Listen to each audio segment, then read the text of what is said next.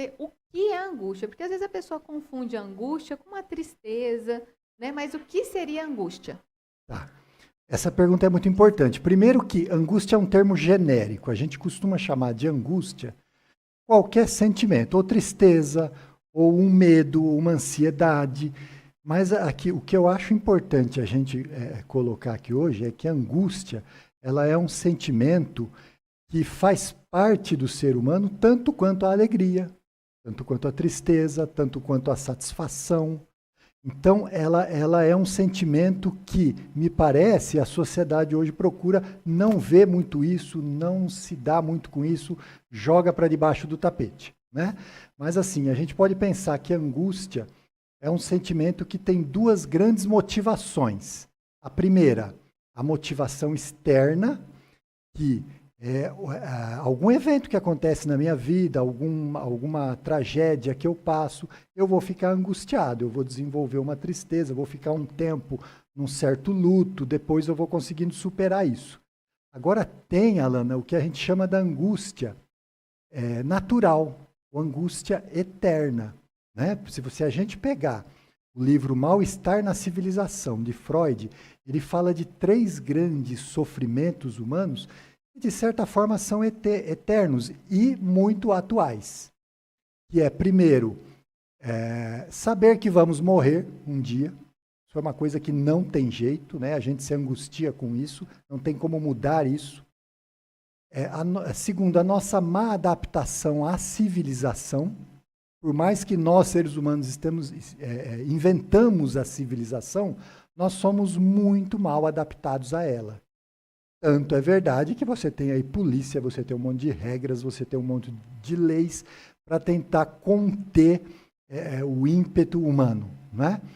E o terceiro motivo de angústia eterna, vamos dizer assim, é justamente o não controle sobre os eventos climáticos. Olha que coisa atual, né? Olha que livro atualíssimo de Freud. Nós não temos controle sobre os eventos. Então, isso nos angustia. Então, fora as questões da vida de cada um, nós temos, acho que muito bem colocado por Freud, esses 3 motivos que são angústias permanentes. Mas o mais importante, o que eu quero colocar aqui hoje, é a angústia interna, né? A questão de cada um, a questão de vida de cada um.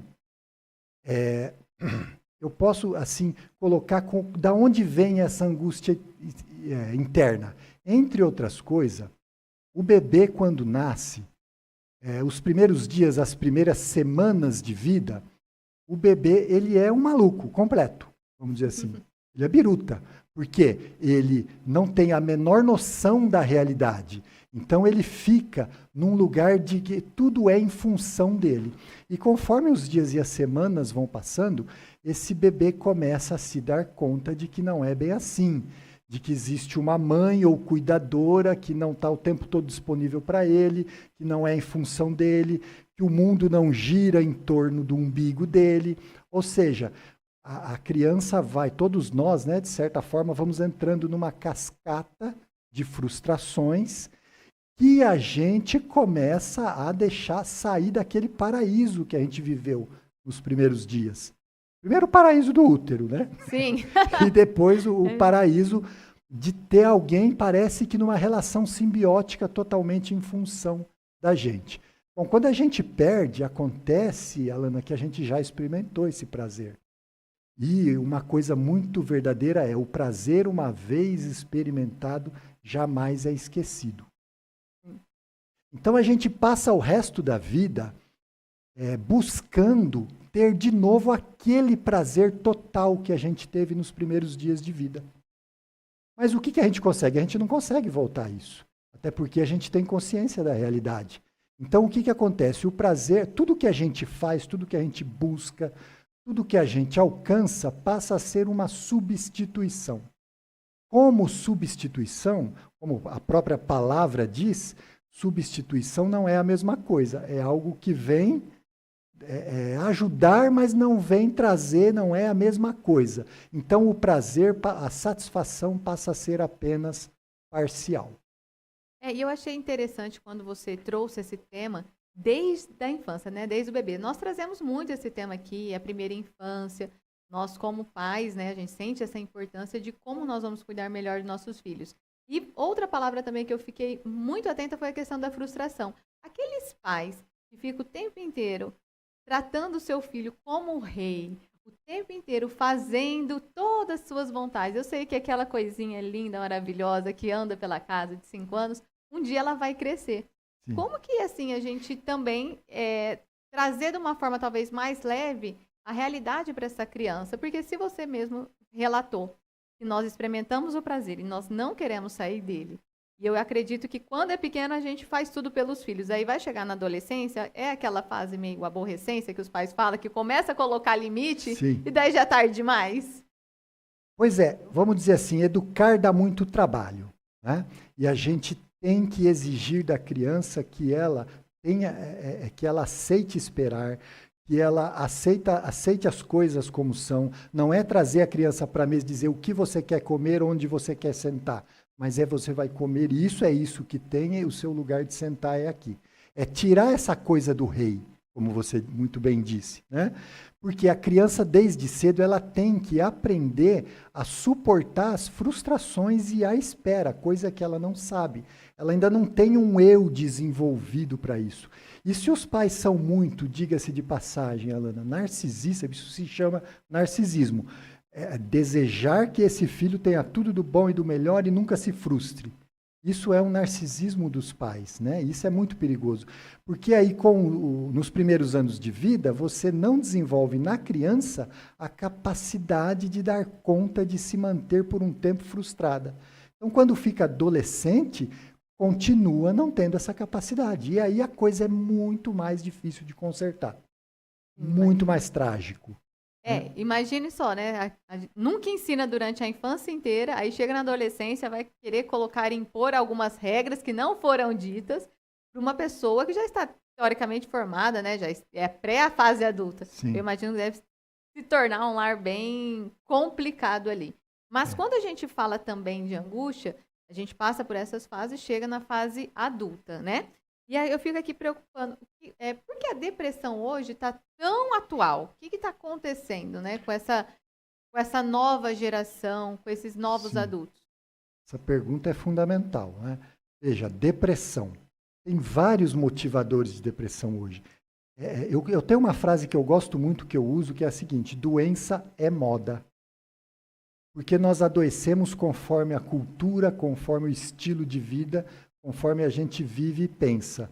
Então, não só a depressão, hoje a síndrome do pânico, o TDAH, a fobia em geral, a própria angústia como angústia generalizada, ansiedade generalizada, são todas doenças da moda. Por quê? Porque nós vivemos numa sociedade de padrões, uma sociedade onde exige o tempo todo que você seja um super-homem. Essa que é a verdade. Então, veja, a autoajuda, o pensamento positivo, as redes sociais, o tempo todo bombardeando como você tem que fazer para ser feliz, como que você deve pensar corretamente. Tudo isso ajuda, mas tudo isso tem um efeito colateral perigoso. Isso, muitas vezes, o sujeito entra nessa onda de não querer saber de tristeza. Outro dia, minha filha tem 5 anos, ela veio cantando da escola uma musiquinha que uma das frases que me chamou a atenção é: tristeza não interessa. Né? Então eu falei para ela: interessa sim, filha, tristeza interessa muito. Porque, inclusive, o ser humano ele só se autoconhece a partir do momento que ele olha para as suas angústias, ele olha para as suas tristezas. Né? Então, assim, a gente tem que lidar com isso o tempo todo, senão a gente não dá conta da realidade. Então começa com a história do Papai Noel, com o coelhinho da Páscoa, mas depois a gente tem que ir desiludindo as ilusões da criança para que ela não fique nesse mundo aí demais, em excesso. Eu falo os novos adultos, desses adolescentes eternos de 30, 40 anos, porque tem. Acredito que é isso que também gera essa certa angústia. Porque eu falo assim, a internet está aqui, todo mundo está olhando a internet, todo mundo está conectado. É impossível de você ficar triste, porque você tem que sempre estar dentro daquele padrãozinho. E aí as pessoas, nas minhas palestras também falo, doutor, você quer melhorar, para de seguir o que te faz mal. E as pessoas parecem que sentem uma necessidade de continuar naquela mesma vida. Eu falo assim, virou um hábito, o novo normal é viver mal. Você entende? Ficar naquele estágio depressivo, angustiado, de não querer mudança, de não querer se autoconhecer? Eu acho que é um modelo que se segue hoje, meio inconscientemente, onde você tenta dar conta, mas não sabe como dessas angústias. Porque você não tem a oportunidade de olhar para a sua subjetividade. Você não tem a oportunidade de ter contato com a sua angústia. Então você vive uma sociedade de padrões onde você tem que ter um corpo daquele jeito, você tem que pensar daquele jeito, você não pode ser triste senão você é um fracassado na vida.